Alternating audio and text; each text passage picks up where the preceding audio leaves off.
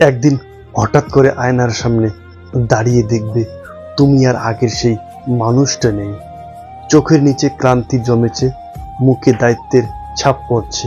তখন বুঝবে জীবনের সবচেয়ে দামি জিনিস টাকা নয়, সময়।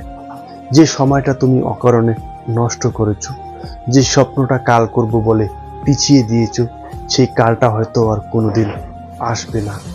তাই আজ থেকেই শুরু করো পারফেক্ট সময়ের অপেক্ষা করো না, কারণ পারফেক্ট সময় বলে কিছু নেই।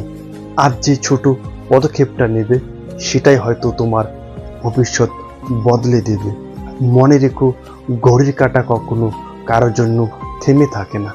তাই সময়কে গুরুত্ব দাও, নিজেকে গুরুত্ব দাও, আর নিজের স্বপ্নের জন্য আজই কাজ শুরু করো। কারণ একদিন আফসোস করার চেয়ে আজ একটু কষ্ট করা অনেক ভালো।